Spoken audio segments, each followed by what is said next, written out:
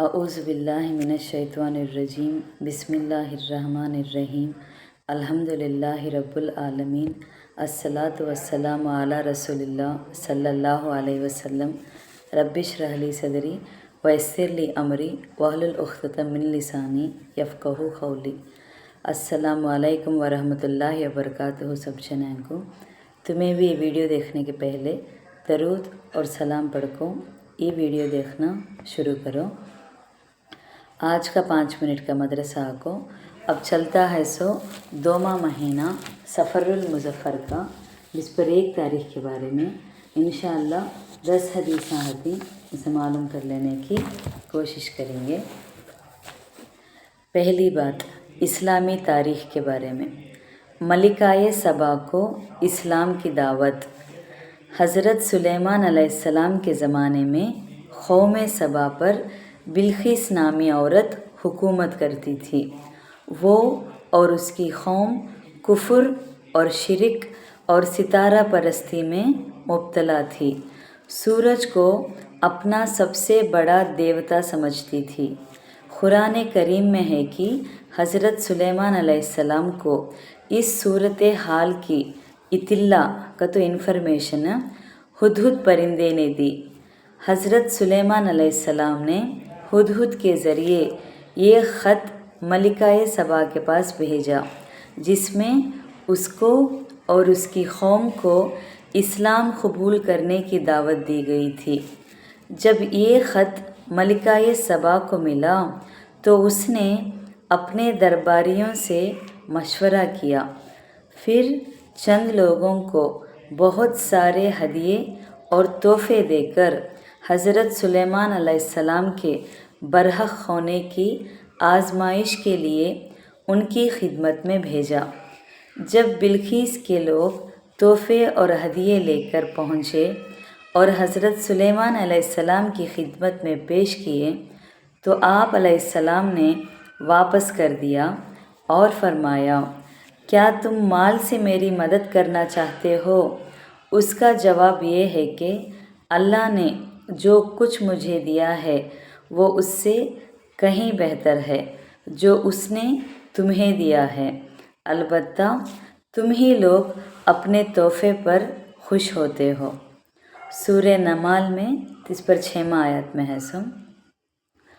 2वां क़िस्सा अल्लाह की कुदरत के बारे में। बारिश में कुदरती निज़ाम।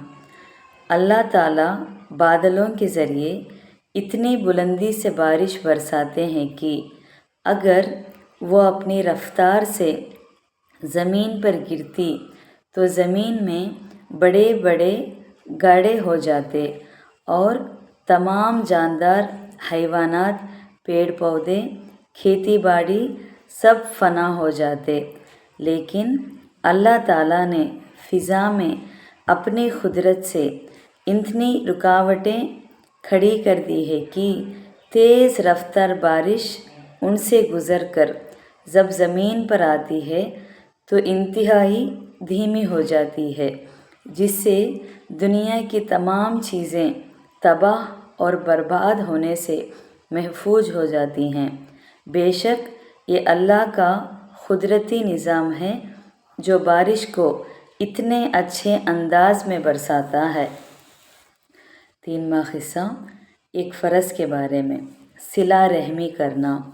कुरान में अल्लाह ताला फरमाते हैं, जो लोग अल्लाह के अहद को तोड़ते हैं उसके मजबूत कर लेने के बाद और उन ताल्लुक़ात को तोड़ते हैं जिनके जोड़ने का अल्लाह ताला ने हुक्म दिया है और ज़मीन में फ़साद मचाते हैं, यही लोग नुकसान उठाने वाले हैं।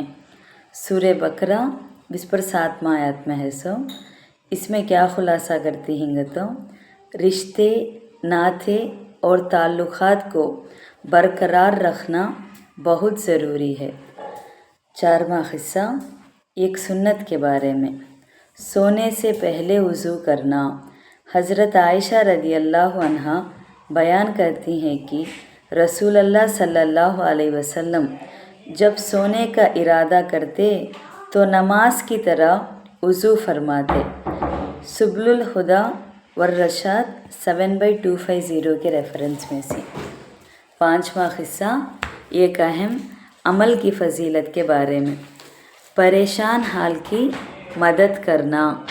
رسول اللہ صلی اللہ علیہ وسلم نے فرمایا، جو شخص کسی پریشان حال آدمی کی مدد کرے تو اللہ تعالیٰ اس کے لیے 70 پر 3 مغفرت لکھیں گے، جن میں ایک مغفرت تو اس کے تمام کاموں کی اصلاح کے لیے کافی ہے، اور 70 پر 2 مغفرت قیامت کے دن اس کے لیے درجات ہو جائیں گے۔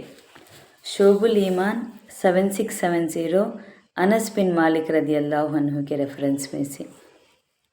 چھواں قصہ ایک گناہ کے بارے میں، نوکر پر ظلم کرنے کا وبال۔ رسول اللہ صلی اللہ علیہ وسلم نے فرمایا، جو کوئی اپنے نوکر غلام کو ظلماً مارے گا، قیامت کے دن اس مالک سے بدلہ لیا جائے گا۔ کنز الاموال 2502 ابو ہریرہ رضی اللہ عنہ کے ریفرنس میں سے۔ ساتواں قصہ دنیا کے بارے میں، دنیا اور آخرت کا مزہ۔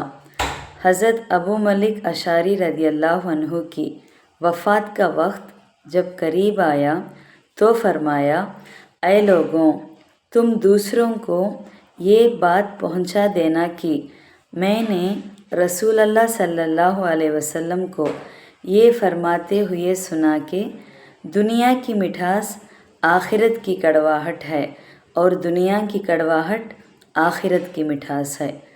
مسند احمد 22988 کے ریفرنس میں سے۔ آٹھواں قصہ آخرت کے بارے میں، اہل ایمان کا جنت میں داخلہ۔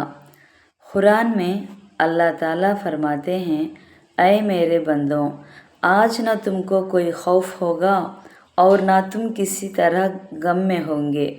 یہ وہ بندے ہیں جو ہماری آیتوں پر ایمان لائے اور فرمانبردار رہے۔ جاؤ، تم اور تمہاری بیویاں خوشی خوشی جنت میں داخل ہو جاؤ۔ سورہ زخرف 60/8 60/9 70 آیات میں ہے سو یہ۔ نوواں قصہ طب نبوی سے علاج، شراب سے علاج کی ممانعت۔ ایک شخص نے رسول اللہ صلی اللہ علیہ وسلم سے شراب کے بارے میں سوال کیا تو آپ صلی اللہ علیہ وسلم نے اس کے استعمال سے منع فرمایا۔ پھر وہ شخص کہنے لگا کہ میں دوا کے طور پر اس کو استعمال کرتا ہوں، تو آپ صلی اللہ علیہ وسلم نے فرمایا، یہ دوا ہی نہیں بلکہ بیماری ہے۔ صحیح مسلم حدیث 5256 وائل حضرمی رضی اللہ عنہ کے ریفرنس میں سے۔ آخری 10واں قصہ قرآن کی نصیحت کے بارے میں، صبر اور نماز سے مدد مانگو۔ قرآن میں اللہ تعالیٰ فرماتے ہیں، اور صبر اور نماز سے مدد حاصل کرو۔ اور نماز بھاری ضرور معلوم ہوتی ہے، مگر ان لوگوں کو نہیں جو خشوع یعنی دھیان اور عاجزی سے پڑھتے ہیں۔ سورہ بقرہ 40/5 آیت میں ہے سو۔ استعین بالصبر والصلاۃ اگر کہتا سو آیت یہ۔ الحمدللہ آج کا 5 منٹ کا مدرسہ 21 سفر المظفر کے بارے میں بات کر لیے۔ انشاءاللہ کل 20/2 سفر المظفر کے بارے میں بات کریں گے۔ السلام علیکم ورحمۃ اللہ وبرکاتہ۔